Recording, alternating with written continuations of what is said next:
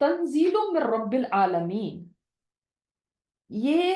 نازل کرتا ہے رب العالمین کی طرف سے، جہانوں کے رب کی طرف سے، یعنی یہ آپ صلی اللہ علیہ وسلم کی طرف سے نہیں ہے، نہ ہی آپ کو کسی نے سکھایا، یہ تو رب العالمین کا کلام ہے، اس رب کا جو جہانوں کا مالک ہے اس کا کلام ہے۔ تو کتنی بڑی بات ہے کہ کس کا کلام ہے جو ہمارے سامنے، رب العالمین کا۔ لیکن انسانوں کا پھر کیا رویہ ہے، انسان پھر اس کے ساتھ کیسا سلوک کرتے ہیں، اس کا آگے ایک شکوہ ہے، اور وہ کیا ہے؟ افبہذا الحدیث، یہ قرآن تو کریم ہے، بڑا معزز ہے اور بڑی شان والا ہے، اور پھر لوح محفوظ پہ اللہ تعالیٰ نے اتنی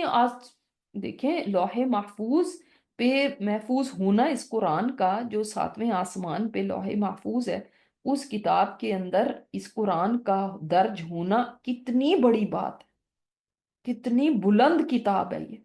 شیاطین تک اس تک پہنچ بھی نہیں سکتے، وہ تو پہلے آسمان تک کوئی پہنچنے کے اوپر ان کے اوپر برسائے جاتے شہاب ثاقب۔ اللہ تعالیٰ نے اس کی عظمت کے لیے قسم کھائی ہے کہ یہ کتنی عظیم کتاب ہے، یہ قسم جو کھائی ہے، اتنی بڑی قسم جس کو کہا گیا، تو ستاروں کی قسم کھائی، جن کے غروب ہونے کی جگہ کی قسم کھائی، اور اگر تمہیں پتا ہو، تمہیں پتا ہی نہیں ہے نا، اگر تمہیں پتا ہو تو یہ بہت بڑی قسم ہے، کیا کہ قرآن بہت معزز چیز ہے، یہ اس رحمان کا کلام ہے، اور رحمان علم القرآن، اس نے سکھایا قرآن کو، یہ اس کا کلام ہے، یہ اس کی مخلوق بھی نہیں ہے، یہ اس کی بات چیت ہے، اس کی طرف سے اترا ہے، اور محفوظ ہے، اس میں کوئی چینج نہیں، نہ کوئی چینج کر سکتا ہے اس کو، حفاظت سے درج ہے، اسی کی ایک کاپی ہمارے پاس آئی ہے۔ تو افبہذا الحدیث انتم مدہنون، پھر تم اس کلام کے ساتھ تم یہ رویہ اختیار کرتے ہو کہ اس کو سیریس ہی نہیں لیتے، کوئی امپورٹنس نہیں دیتے، کوئی تم اس کو اس قابل نہیں سمجھتے کہ یہ توجہ اس کے پر دی جائے، اس کے ساتھ وقت لگایا جائے، اس کے ساتھ بیٹھا جائے، اس کے ساتھ محنت کی جائے، اس کو سیکھا جائے، اس کو سمجھا جائے، اس کو پر عمل کیا جائے، سب چیزیں آ جاتی ہیں اس میں، کہ تم اس سے بے پرواہی برتتے ہو۔ آج تو بے پرواہی کا عالم یہ ہے کہ صحیح پڑھنا بھی نہیں آتا ہمیں، اور ہمیں کوئی فرق نہیں پڑتا، جبکہ دیکھو اس کے ساتھ اتنا بڑا پروٹوکول ہے کہ سبحان اللہ، جب یہ کتاب اتر رہی تھی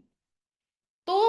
اس کو اللہ تعالیٰ نے اتارنے کے لیے بھی اس فرشتے کو چنا جو فرشتوں کا سردار ہے،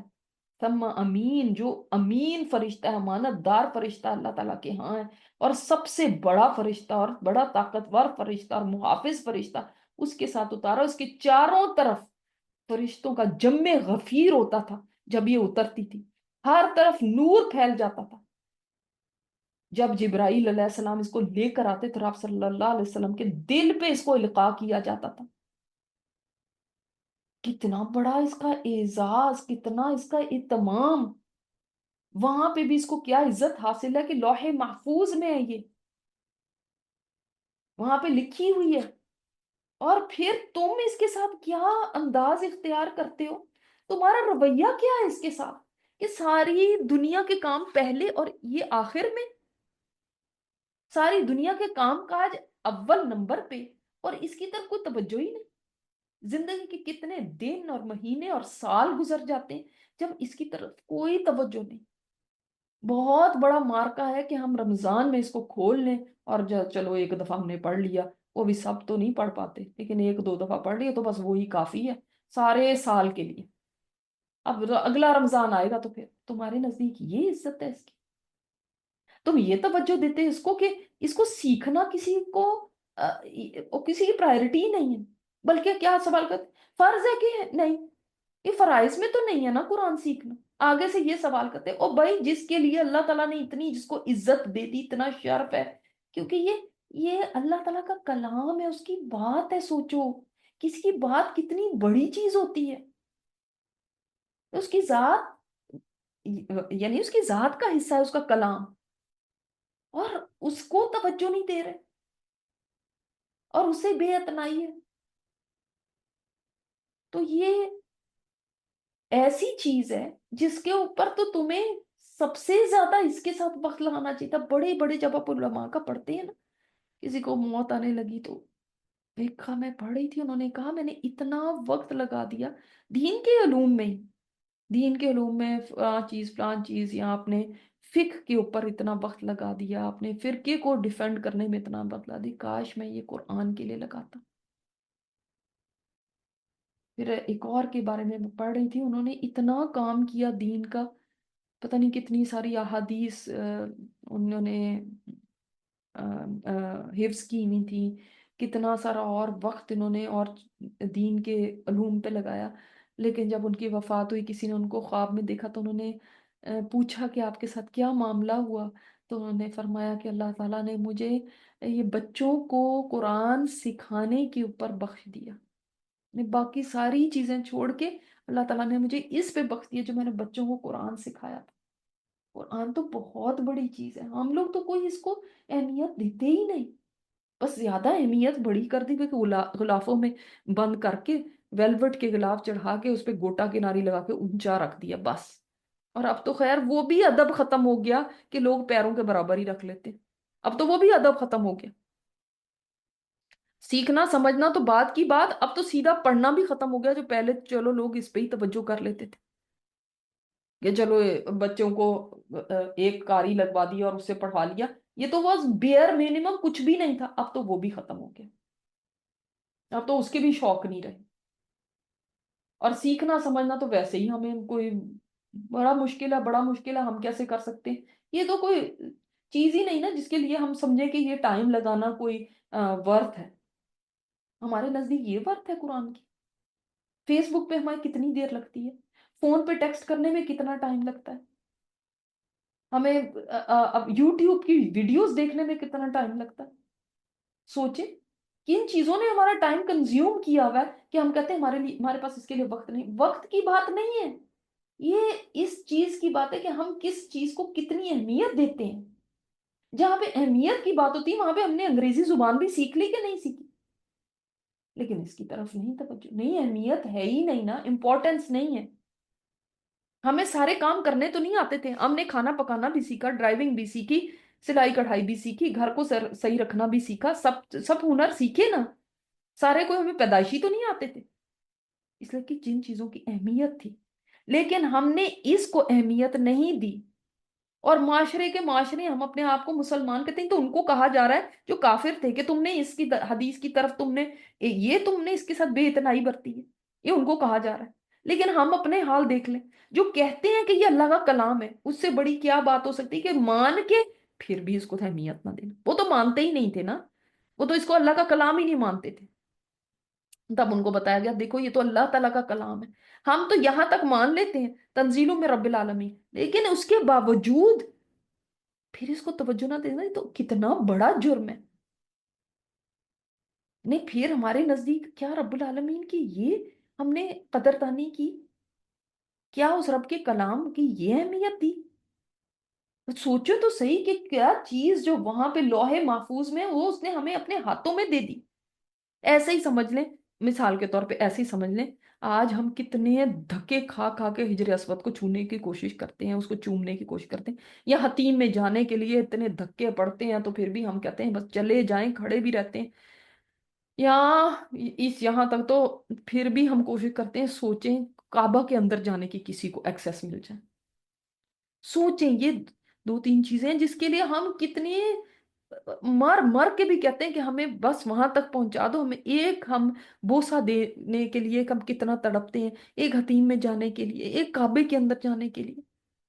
حالانکہ یہ سب مخلوق ہے اللہ تعالیٰ کی، کعبہ مخلوق ہے، حجر اسود مخلوق ہے، پھر بھی ہم کتنی ان کی عزت ہمارے دل میں ہے کہ ہم کیا کر جائیں کہ وہاں تک کوئی پا جائے یہ موقع تو ہم کتنی اس کو خوش قسمتی کے ساتھ دیکھتے ہیں کہ کتنا خوش قسمت ہے کہ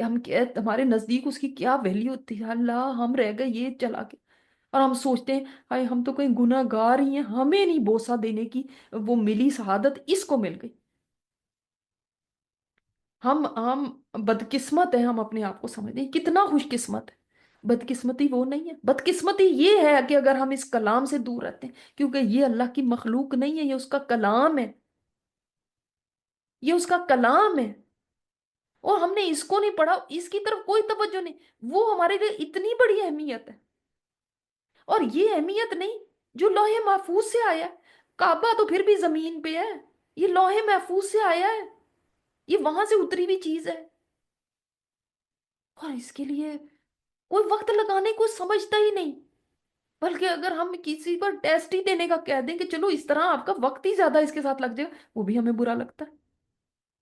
ہمیں تو آتا ہی نہیں، اب دماغ تو ہمارے بند ہی ہو گئے، ہم نے لکھنا پڑھنا سیکھ لیا، کسی نے ماسٹرز کیا ہوا ہے، کسی نے گریجویٹ کیا ہوا ہے، کسی نے نہیں تو 12 جماعتیں پڑھی ہوئی ہیں، وہ 12 سال پڑھ لیا، اس کی اہمیت ہے ہمارے نزدیک نا، اس لیے، اس کے لیے ہائے کب ختم ہوگا، ہائے کب ختم ہوگا، اور وہ بھی جتنے دن ختم ہونا ہے وہاں پہ کتنے امتحان آپ نے دیے آج تک، 12 کلاسیں بھی اگر آپ نے پڑھی تو کتنے امتحان دیے ہوں گے، ماسٹرز تک کیا تو کتنی راتیں ہوں گی جو آپ کو پڑھنے میں گزری ہوں گی، کتنے دن آپ اسکول یا کالج یا یونیورسٹی جاتے رہے ہوں گے، 5 دن ہفتے کے،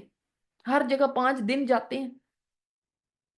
اور صبح سے دوپہر تک اپنے وقت لگایا، اس کو تو اتنا بھی کہ ایک دن کا بھی وقت لگ جائے ہمیں لوگوں کو کہنا پڑتا ہے آ جاؤ بھائی، صرف 1.5 گھنٹے کی کلاس لے لو، آ جاؤ بھائی صرف 2 گھنٹے کی کلاس لے لو،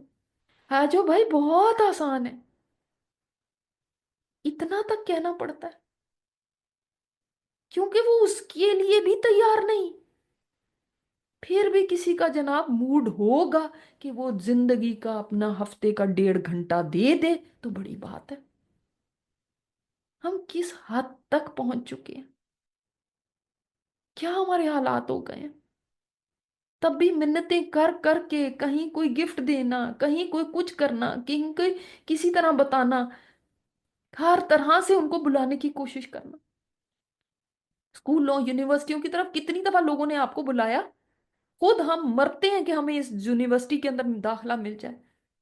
ہم خود پیسے پے کرتے ہیں، یہاں پہ تو کچھ پے بھی نہیں کرنا، پھر بھی نہیں آنا،